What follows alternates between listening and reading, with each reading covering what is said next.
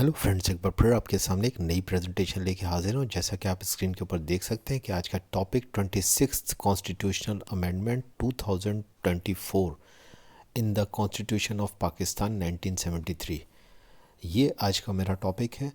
मैं हूँ Mohammad Naufal Safan, belongs to son Naufal's academy. अगर आपको मेरा वीडियो पसंद आ रहा है तो प्लीज़ लाइक और सब्सक्राइब ज़रूर कर दीजिएगा।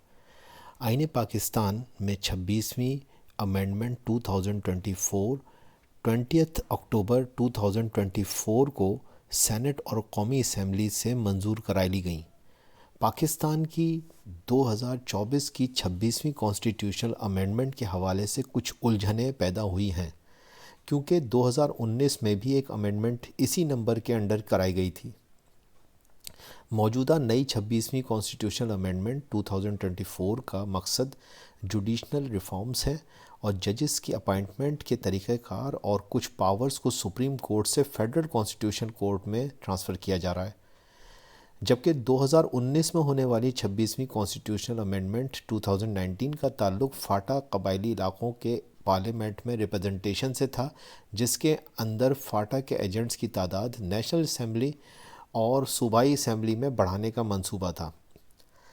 बहरहाल, चूँकि 26वीं कॉन्स्टिट्यूशनल अमेंडमेंट 2019 की अमेंडमेंट जो सेनेट से पास ना हो सकी थी, इसी वजह से इसे डायरेक्टली अमेंडमेंट्स की लिस्ट में शामिल नहीं किया गया था।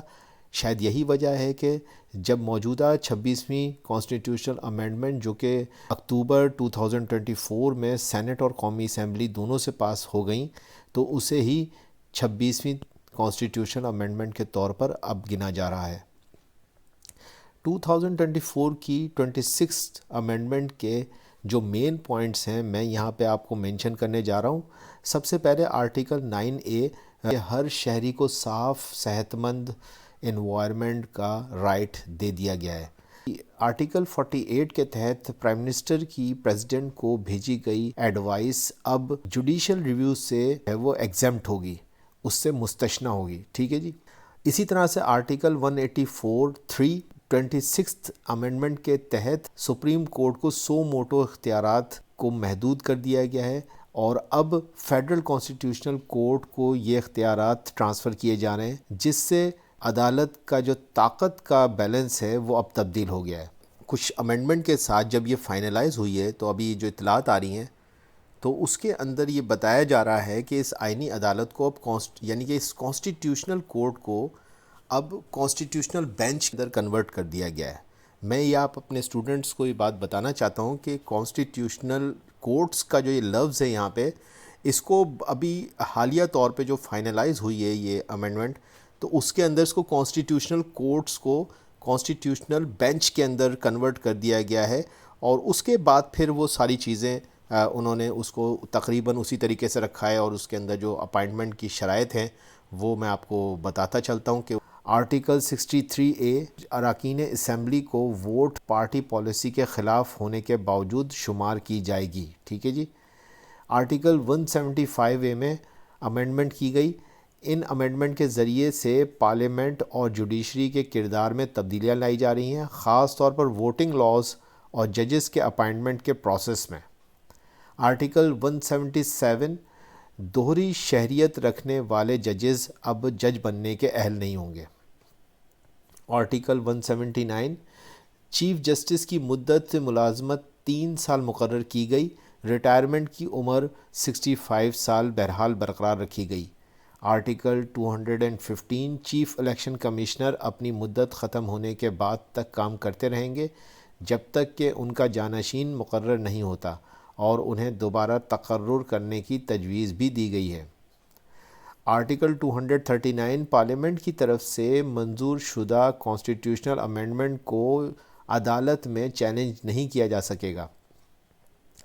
सुप्रीम कोर्ट का जो सो मोटो का जो इख्तियार है और सदारती रेफरेंस अब कॉन्स्टिट्यूशनल बेंच के दायरे इख्तियार में आएंगे। आर्टिकल 78, इसके तहत वफाकी आइनी अदालत यानी कॉन्स्टिट्यूशनल बेंच का क़याम अमल में लाया जाएगा, जो कॉन्स्टिट्यूशनल मैटर्स पर फैसला करेगी। आर्टिकल 175A, कॉन्स्टिट्यूशनल बेंच के जजेस की तकर्री के लिए एक कमीशन का क़याम तजवीज़ किया गया है, जिसकी सरबराही कॉन्स्टिट्यूशनल बेंच के چیف جسٹس کریں گے۔ اس کمیشن میں دیگر ججز اور قانون کے ماہرین بھی شامل ہوں گے۔ اس کی شرائط کچھ یوں ہوں گی کہ کانسٹیٹیوشنل بینچ کے ججز کو 4 صوبوں سے برابر نمائندگی یا ریپرزنٹیشن دی جائے گی۔ کانسٹیٹیوشنل بینچ کے ججز کی تقرری یا اپائنٹمنٹ، ان کے اختیارات کا تعین آئینی ترامیم کے ذریعے کیا جائے گا۔ اس کانسٹیٹیوشنل بینچ کے پاس آئینی معاملات یعنی کہ از خود نوٹس اور وفاق اور صوبوں کے درمیان تنازعات سننے کا اختیار بھی ہوگا۔ کانسٹیٹیوشنل بینچ کے چیف جسٹس کی تقرری 68 سال کی عمر تک کے لیے ہوگی اور ان کا تقرر قومی اسمبلی کی کمیٹی کے ذریعے کیا جائے گا۔ اور اس کے ساتھ ساتھ ایک بات جو ذہن میں رکھنے کی ہے وہ یہ ہے کہ پچھلی جو 2019 کی 26ویں کانسٹیٹیوشنل امینڈمنٹ تھی وہ اب بھی کانسٹیٹیوشن کا حصہ ہے اور اپنی جگہ برقرار ہے۔ اگر کوئی امینڈمنٹ ختم یا منسوخ کی جائے گی تو اسے پارلیمنٹری پروسیس کے ذریعے سے باقاعدہ طور پر منسوخ کیا جاتا ہے۔ تو یہ میری پریزنٹیشن تھی۔ اگر آپ کو میری پریزنٹیشن پسند آئی تو پلیز لائک، سبسکرائب اور شیئر ضرور کیجیے گا۔ Thank you.